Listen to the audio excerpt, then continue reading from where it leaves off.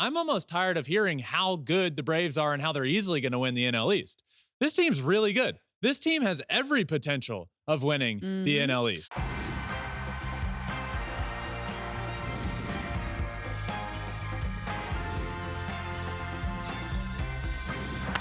Fly ball onto the track, at the wall, it's gone! Home run! Turns on a ball, deep right field, and gone! What a game, what a moment. What is up, my friends? Welcome back to Flippin Bats, where we are 15 days away from the first game of the MLB season. I love getting that. underway over in Korea between the Dodgers and the Padres. Speaking of Dodgers, we got to talk Ohtani and Yamamoto today. They both made their debut within the past week. They both did great. We'll talk all about that. The San Francisco Giants making moves this offseason, signing Matt Chapman, another addition to their team. We'll break that down. Zack Wheeler signing an extension. Last week, we did the top 5 team total overs that I liked for this season. Well, this week, we're going to do the top 5 team total unders that I like for this season as well. And then, of course, name that swing at the end. Alex, 15 days. Isn't that crazy? It's so fun. I was driving to work today and they said it on the radio and I was like, 15 days till Dodgers opening day. Because we're getting Dodgers and Padres a week early because they're playing in Seoul, but like great for us. Great for us. This is amazing. You know, it was also great for you. What? At least it looked that way. You were in Hawaii for just a few days, just made a little trip of it. Dude, this was like spur of the moment. I literally booked the trip like 4 days before we left. And it was just, it was magical. I was in Kauai during the week. I was basically chasing waterfalls, you guys. Like I drove to go see waterfalls. I was hiking to go see waterfalls. I took a helicopter tour to go see waterfalls. That was the theme of the trip, but it was so magical. It's where they filmed like Jurassic World, all these, I think like there was maybe like a King Kong film there. Like it is just so magical. It rains constantly. And then we went over the weekend to Oahu because we have a lot of family over there. More waterfalls? No, that was on a boat. I actually still feel like I'm on a boat. Like I've like woken up this morning. I'm like, hi. Oh yeah, there's my waterfall. That was the hiking waterfall. They should make a song about chasing waterfalls. Don't go chase. That I know. should be how it sounds. And it's funny because I posted that and people are so silly on social media. Like, you're not supposed to do that. I was like, you guys, that was a joke. You didn't get it. You didn't get it. But yeah, that took a lot. That was a hike. My husband's not a hiker, and I had to do a lot of convincing to get him on a hike to go see this waterfall. But magical. The only island I hadn't been to, if you get a chance, it's like you're in the rainforest jungle. It's so cool. I've never been to Hawaii. What? I mean, I'm an East Coast, like the East Coast. That's true. Like I feel like if you grow up on the West Coast, you're more likely. I've never been to the go. Bahamas. Yeah, I feel so like it's a same, right? fair That's like game. your Bahamas or your Hawaii. Hawaii is like West Coast. But on the ride home, I did listen to your Cole Reagan's interview. Love that. What a cool guy. And I love honesty. I love when an athlete is willing to get vulnerable and really share kind of the dark sides, the tough sides of being an athlete, because we see all the glory constantly. But it was really cool to hear him share how tough it was coming back from 2 Tommy John surgeries. Seriously. And by the way, if you haven't watched him in spring training, the guy's out there throwing 101 from the left side. Now, he's going to be a stud for the Royals. But to talk to him last week about his journey, and to be quite honest with you, I didn't know a ton about his journey. Yeah. I know he had one of the best second halves of any pitcher in baseball last year and was excited to have him on the show. And he was really honest about like, hey, yeah, I was coming back from Tommy John surgery and it was pretty down in the dumps, but then you finally get to that place where you're throwing again and then you're ramping up more and more and more. And right when he was about to come back, it happened again. And he gets pulled off of a mound, popped his elbow again, another Tommy John surgery. And I asked him, I was like, where are you at mentally right there? He said, I was pissed. It was not good. Not good. So that's so defeating. A really like powerful journey to the big leagues to see where he is now, and just a really, really good dude. So if you haven't listened to that yet, that was last week's guest episode, came out last Thursday, and another good week coming up this Thursday, but we'll tell you at the end of this episode. But Alex, the biggest yeah, I know what this is. And I got to talk about this because I've had people ask me for years working with the Angels and Shohei Ohtani. Is he dating anybody?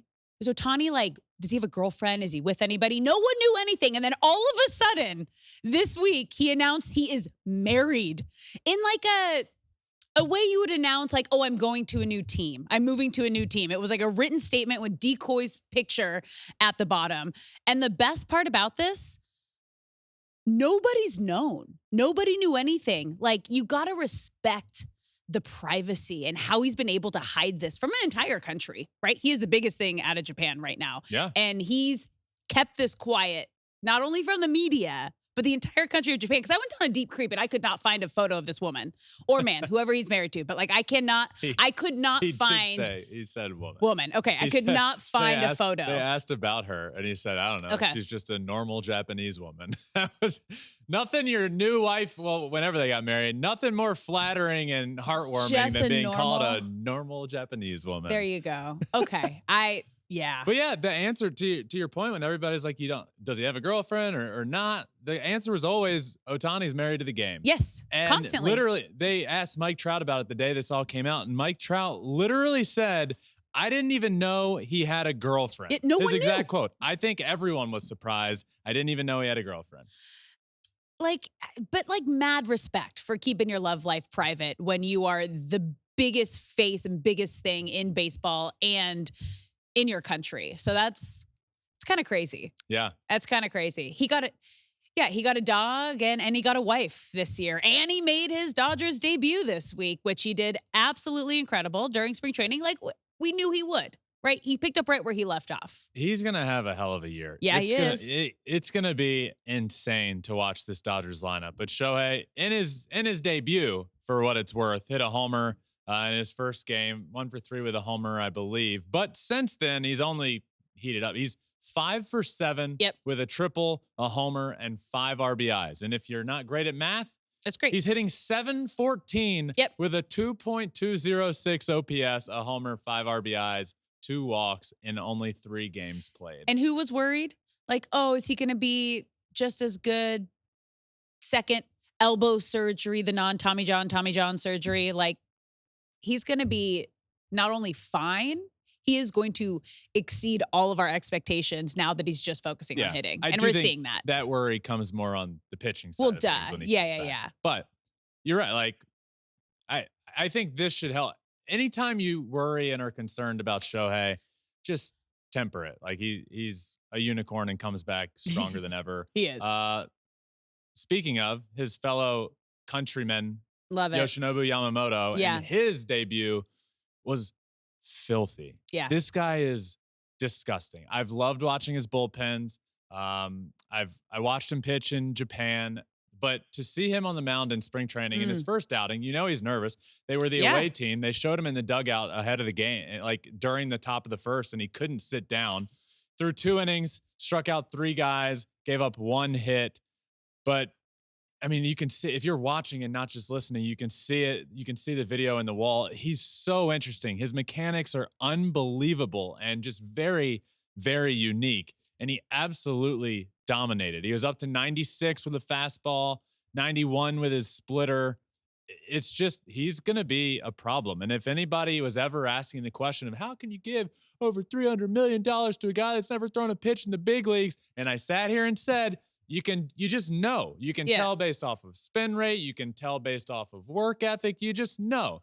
And again, this was a spring training. This was his first ever start in spring training, but he's facing big league batters, and he absolutely dominates. That fastball and splitter mix plays anywhere. And if you remember, we talked when he first signed, his curveball comparison is Clayton Kershaw. Yeah. It's a right-handed Clayton Kershaw curveball. That's what he has. He's disgusting. He's really, really good. And it was a lot of fun to watch him pitch. Shohei hit. Alex, that lineup, so they've pretty much debuted what they're going to do this year, right? They've done it in a few different games now. They're going to go Mookie Betts, Shohei Ohtani, Freddie Freeman, hitting back-to-back-to-back in the lineup. And one thing I heard that's pretty cool, only 12 times in the history of baseball have the first 3 batters in a team's lineup been MVPs. 12 games ever. They're going to do it for, hopefully, and they like stay all healthy in their and do prime it for 150 still. plus games this year. Like all in their prime, like all in the MVP conversation, if not recently won an MVP, which is absolutely incredible. The other cool thing to go back to Yamamoto, do you remember when Ohtani first came over? and started playing his first spring training. Like, it took him a decent amount of time to really get a feel of the baseball, the mound, everything. Yamamoto looked great right out of the gates. Yeah. So that alone right there should give not only baseball fans, but Dodgers fans, like, just so much excitement and so much joy to what this guy's going to be able to do. Lot of doubters out there when Shohei came over. And if you don't think Shohei and team remembers all of that, there were so many articles. This guy couldn't hit at a high school level. This guy can't do both. They remember. Oh, they remember. They remember. Yeah, bulletin board material. But on to another team in the NL West who made another move. The San Francisco Giants have signed Matt Chapman to a $54 million 3-year deal. Similar to kind of Bellinger's contract, where he has opt-outs after each season. Thoughts on this? Thoughts on the contract for the Giants? I really like it. Matt Chapman. I like Matt Chapman a lot. Look, offensively, he's a guy that can drive the ball in the gaps. He's not he's not a top offensive guy in the game, but what he adds to a lineup is a lot of depth, and what he adds to an infield is platinum gloves. He is one of the best defenders in baseball history over at third base. Details of the contract are right up here. So Farhan, the GM for the Giants, calls the Matt Chapman deal a win-win for the Giants and Chapman. Really, he's the perfect fit for our team. So he has, in 2024, he'll make $16 million, 2025, 17, 2026, 18, and 2027, $20 million. So I like it. I like it a lot. The Giants have made moves this offseason. Before I talk about those moves, you mentioned his contract being similar to the Boris contracts are all starting to look a little similar, right? And I think what we're going to see here from Snell and Montgomery, who still haven't signed yet, is similar deals. So what we're doing here is we're getting back into a corner. So Bellinger, right?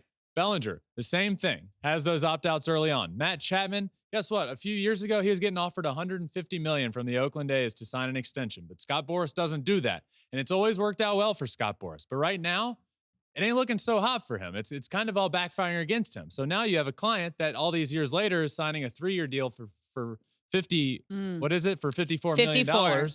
And next thing you know, your client's missing out on money that he could have gotten more years ago when the market's already changed for the better in a lot of ways. So Scott Boras is one of the most well-known agents in any sport and is known for getting his guys a lot of money.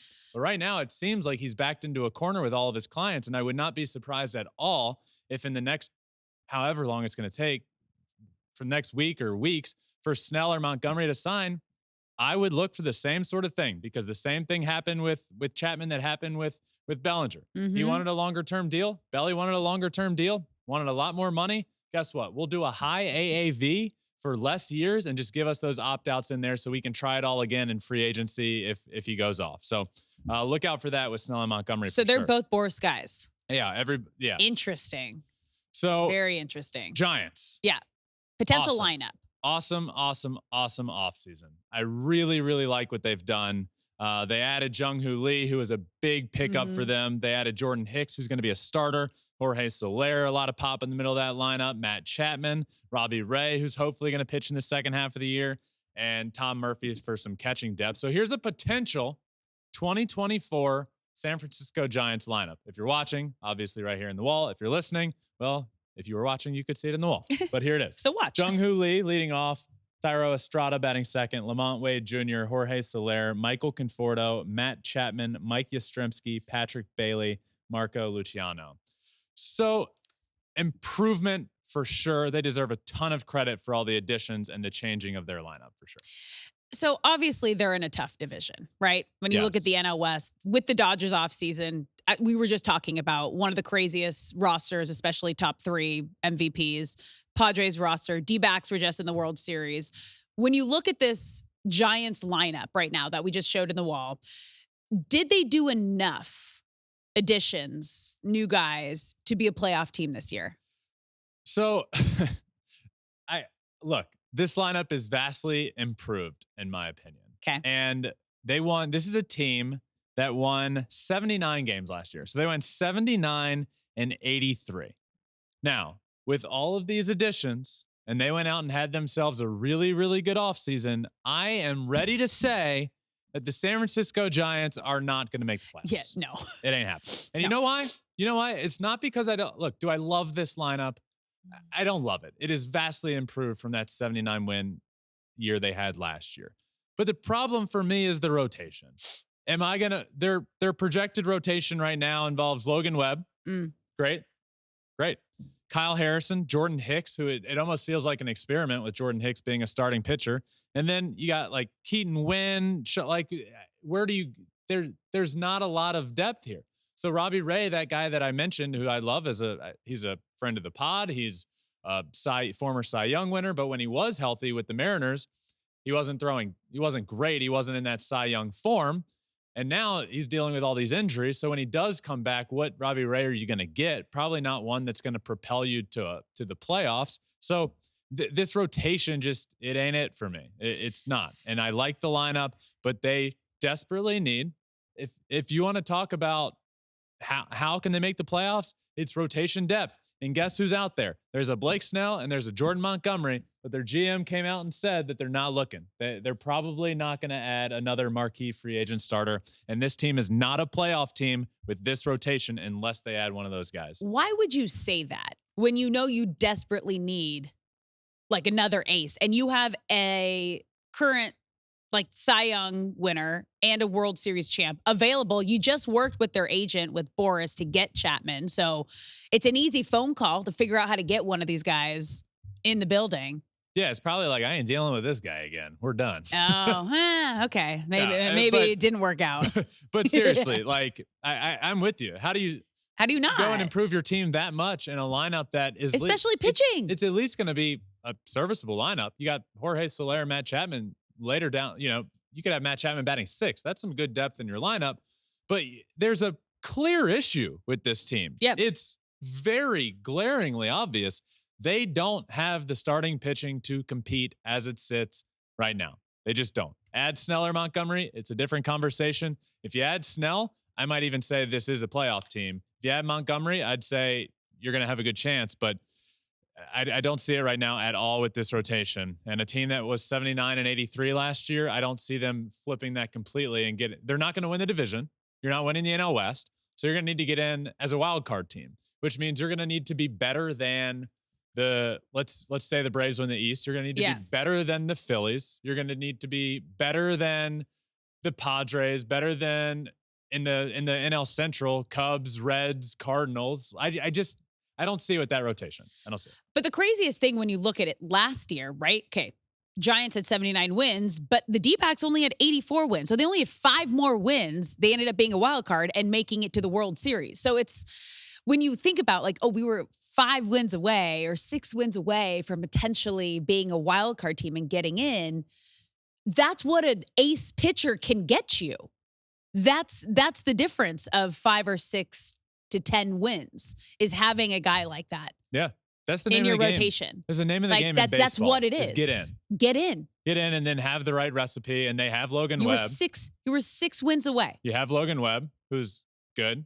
Add a guy like Snell, and the next thing you know, you're going to get a dominant those. top 2 in a rotation in the playoffs, which is clearly how you win, with a lineup that's capable of hitting the ball out of the yard. And then guess what? It's crazy. Yeah.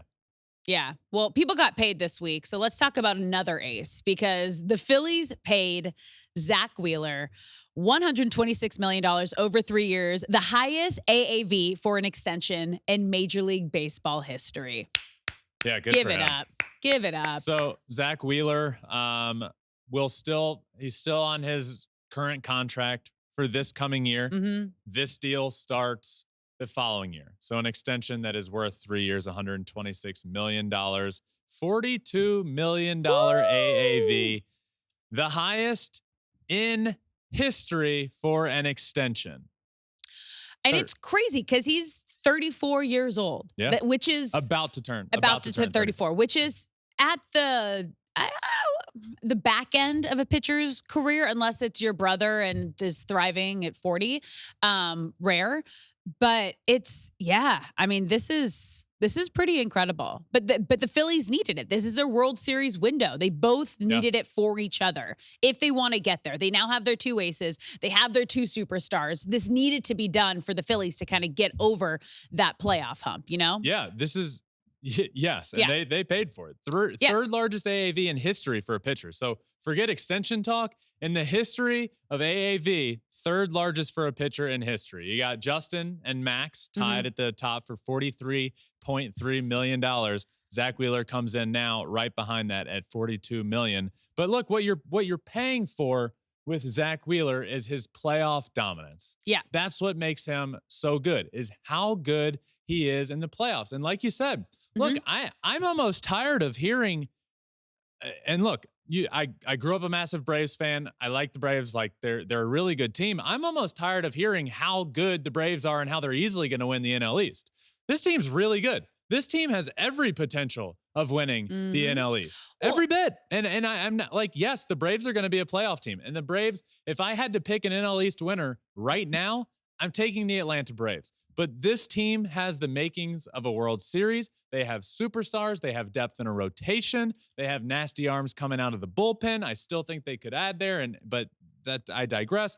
This team has every bit the capability of winning the NL East and winning the World Series. Yeah. The thing is like we just said, the whole name of the game is just get in, right? Because once the postseason starts, it's a completely new season. And we've seen the best regular season teams just drop it and completely lose it in the first round. So Philly's a team that's built to find a way to get into the postseason, and then they win once they are in. And that's all that matters. That's it. You can talk about the NL East. You know the one team that doesn't want to play the Phillies in the playoffs. The Braves? It's the Braves. This team is built to win in the playoffs. And honestly, this deal, we can talk about, Zack Wheeler, the third highest AAV for a pitcher in the history of the game and the largest extension in history. It's because of what he does in the playoffs. Yes. We have it here on the wall right now. Lowest career postseason whip for a pitcher with 40-plus total innings in all of MLB history. You have Zack Wheeler at the top of that list at 0.726, ahead of a guy named Mariano Rivera at 0.759. Zack Wheeler has an ERA or a whip of 0.73 in 10 career postseason starts. That's the lowest in any 10-start span in postseason history. Dang. And it's his first 10 career postseason starts. That's great. By the way, next on that list from 2013 to 2018 is Justin Verlander at 0.76. Oh, you know him. So he's ahead of them. I think I know that guy. You know that guy? Yeah. Heard of him. Yeah. Good for the Phillies. Good for the Phillies. Really good move for them. Yeah, no, that's good. I love seeing guys get paid. So we're seeing it happen as we knew it would as we're into spring training now. So hopefully the last few guys, some big arms, let's get it going, teams. Yep. Let's get them paid. So last week we went through the top 5 teams that you think were going to go over their projected win totals. Yep. So this week, we're going to kind of go the opposite way. Okay, we're going to do the top 5 teams that you think will go under their projected win totals. Okay? Yes. So Correct. let's get started with the Braves, whose over-under is set at 101.5 wins. Yeah, so all of these win totals, these are according to FanDuel. So the Braves win total is set at 101.5. All of these that I'm going to mention, these are my top 5 unders that I like. So obviously I'm taking under 1.5 or 101.5 wins for the Braves, who won 104 games last year. Why? Well, if you were listening to the previous segment of how much I like the Philadelphia Phillies, that plays a good bit into this. The division they're in is no cakewalk. No. Winning 102 games in the NL East is going to be difficult. The Mets are going to be better than they were last year. The Marlins are just going to continue to get better with that rotation that young they have guys down they there. have, In addition of Tim Anderson, who we're not talking about at all because he had a bad year last year, but he's going to be better. They didn't add a ton, but the Marlins will be better. The Phillies are going to be great. The Mets will be better. This is going to be a division that's going to be tough to win 102 games. They lost Eddie Rosario. They lost Soroka and Wright to trades. So, and yes, they've made additions. By the way, Chris Sale looks unbelievable in that rotation. They added Chris Sale. They added Jared Kelenic, Bummer, Lopez to that team. So no like superstars one way or another, I'd say. They're going to have the same core of a team. They're going to be really good. Again, I would pick them to win the NL East, but am I picking them to win 102 games in a really good division? No. So you think like give me the under. 100 wins. Yeah, I think somewhere Like between. maybe they'll like just. I think somewhere reach a between 95 and 100 win. Give me 101. Well, the other thing too is like still a win. as we saw last year, not as many teams are getting as many wins because now they're playing every single team in the league, which is another thing to consider as well. Yep, absolutely. And now you got to face your divisional opponents way more often than anybody else in the league, and that's a lot of games facing Zack Wheeler and Aaron Nola and and Sandy Alcantara and Jesus Luzardo and Yuri Perez, all those guys down there in Miami. They got a lot of good arms to face. Give me the Braves to win the division somewhere between 95 and 101 games, and then I win the under. Okay. Yeah. That's fair. Let's move to the Cardinals, whose win total over-under is set at 85.5 wins. Yeah, so I'm going to take the Cardinals under. And again, this is a team in last year that won 71 games. 71 games last year. Yeah. Now, do I think this is a 71-win team? No. And I actually don't think they were last year either. I think it was just a culmination of a lot going on, and it didn't work out, and then the vibe was terrible. And next thing you know, a team that has a lot of talent wins 71 games. So if they had the exact same team as last year coming into this, I would have said they'll win over 71 games. Yeah. But they don't have the exact same team. They completely revamped their rotation. But as we talked about last week and have talked about with all of their rotation signings, they're all old. Yeah. All of them.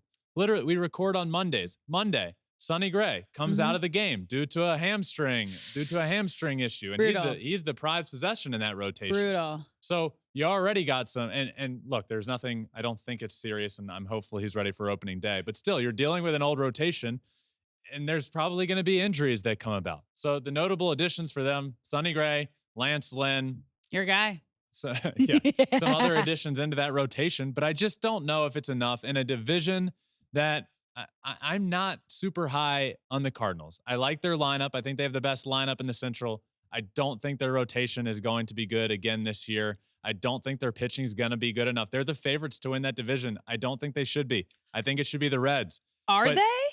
They are the favorites to win the division, yeah. Weird. Yeah, but it's not even like super close. They're definitely the favorites.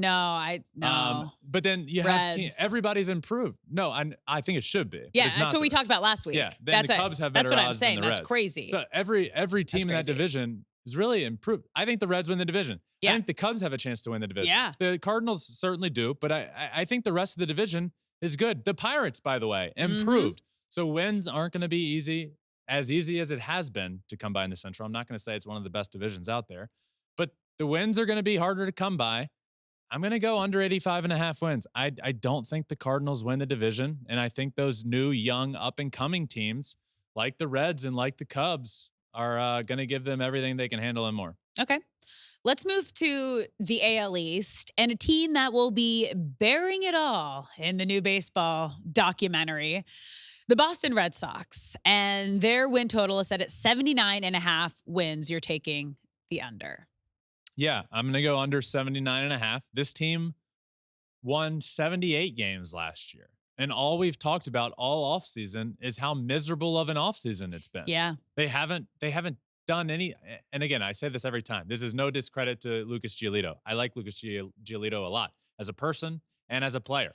But that's not enough to take a last place 78 win team and make them much better. Their additions this offseason, other than Giolito, have been Tyler O'Neill, Grissom, and Hendricks. Like, what jumps out at you there? Now, I will say, they're still in the mix and rumored with these other pitchers out there. As they should be. With Snell and Montgomery. Do something. If they add those guys, if they can add those guys, or one of them, different at story. Least, I don't know if I'd take the over, but I wouldn't feel as confident in the under.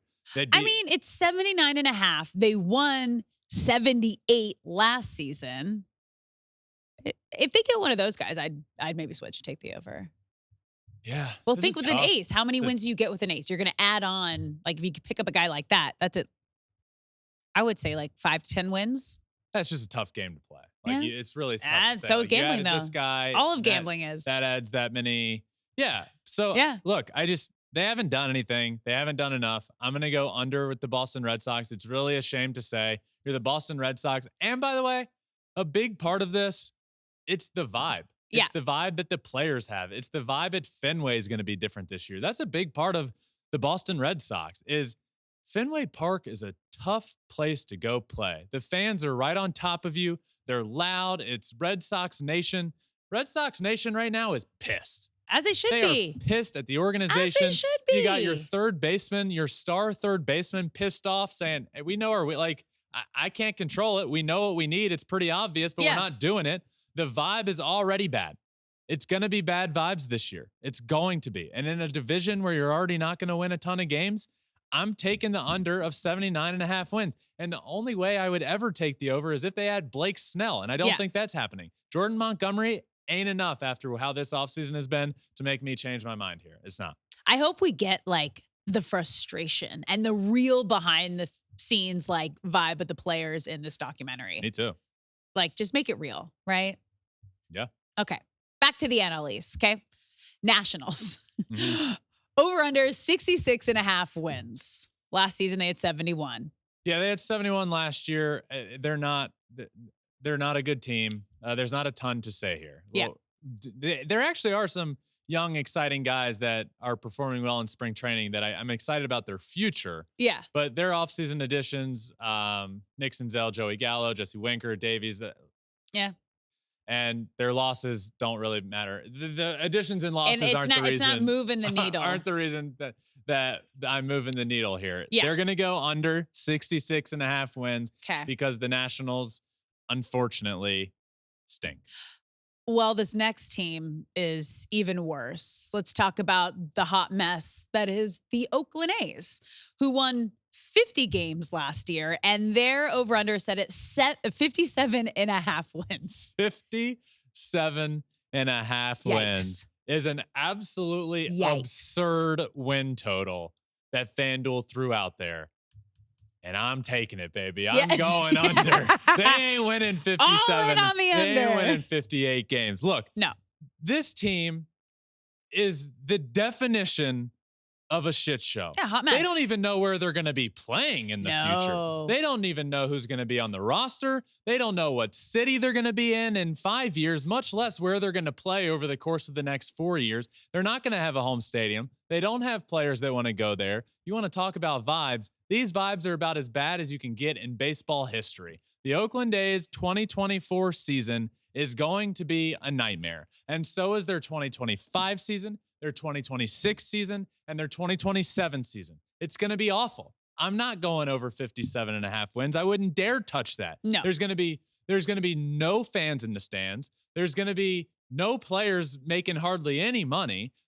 I just don't see where these wins come from. You want to tell me with these additions of Wood and Stripling that the 50-win Oakland A's last year are 8 wins better? No. The Oakland A's might win 5 games this year. They might go 5-140-57. Good math, Ben. Thank you. Like, you know it's bad when the fans have to throw themselves their own fan fest. Like, that alone right there is ridiculous. They have, what is it called? Holdouts, where they're telling people not to go to the games. All of this affects the players, too, when you think about it. Everything, the energy, the vibe is off. How are you expected to play to your full ability when you know that the owner of your franchise doesn't even care and is not putting in what it takes in order to be great and to maybe get 20 more wins to be in the 70-win column? Like, it's just, it's sad. It's sad. It's a hot mess. They've made a laughingstock out of the organization. They've turned and off everyone all knows. their Players know. Like, fans know. Like, the whole baseball world knows how bad you are internally and externally. Yep. I got nothing. They're going. Bad. I ain't taking their over. I'm taking their under. So that's Braves, Cardinals, Red Sox, Nationals, and A's. I am going under their win totals for 2024. Let's have some fun now. Have you Game not time. been having fun? Well, that was like negative. Now let's do some happy positives. Maybe if you get some. We're going to play the game. If you guys have been watching, you should watch this segment. Watch it on social media. Watch it on Spotify. Watch it on YouTube. A lot of ways you can watch it. It's called Name That Swing. Ben's going to have 30 seconds to watch a silhouette of a batter and try to guess who it is.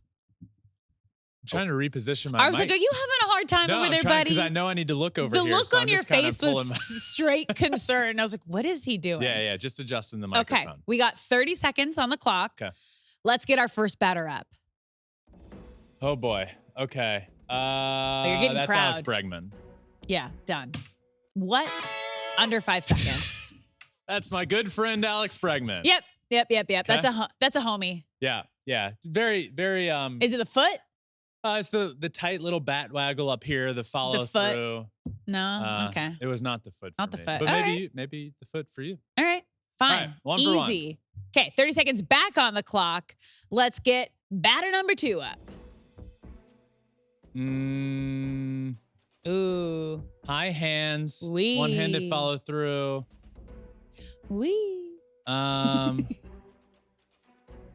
That is okay. Phillies dugout. Big guy. 12 seconds. I'm gonna go with Alec Bohm. Yeah. Okay. 2 for 2, baby. Uh-huh. You're doing great. Did you get all 3 of them last week too? I did. Okay. 3 for Let's 3 keep it last rolling. week. We're 2 for 2 right now. Let's keep it rolling. 1 more to go. Feeling Come on. good? Come on. Okay, 30 seconds on the clock. Let's get the third batter up. Left-handed batter.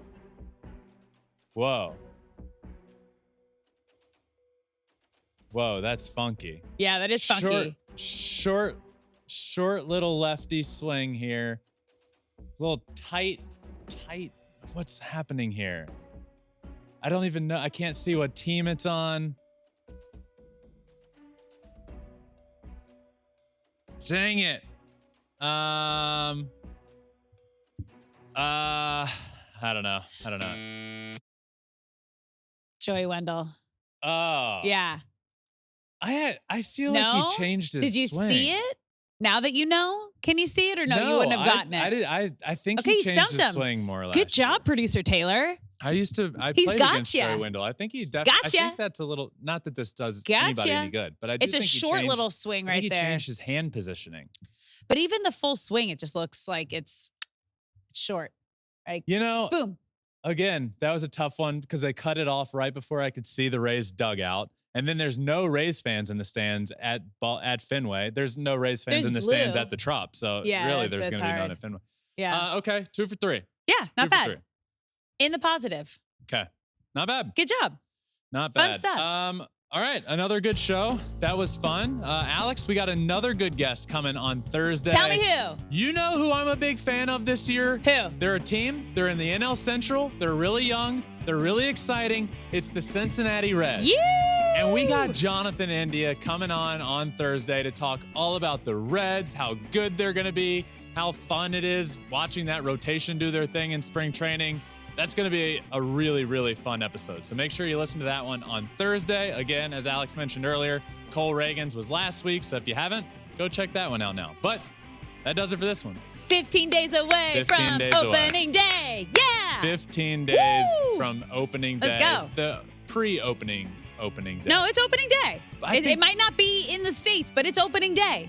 Yeah. That's opening I think day. we're calling. I think I heard MLB. 15 days I know the away music's from playing and I Dodgers gotta and go. Padres But opening day. I heard MLB Network say opening day is the 20. I think they're calling the 28th opening day. I don't know. The It's first opening regular day. season baseball games are played in 15 days, and you'll hear Thank all about you. it right here on Flippin Bats. But that does it for this one. Until next time, my friends, make sure you subscribe wherever you listen to your podcast, Apple, Spotify, wherever. You can also watch on Spotify, on YouTube, and we're on all social media as well at Flippin Bats Pod for all of them. But that does it for this one. Until Thursday, my friends, remember, find your bat and flip it.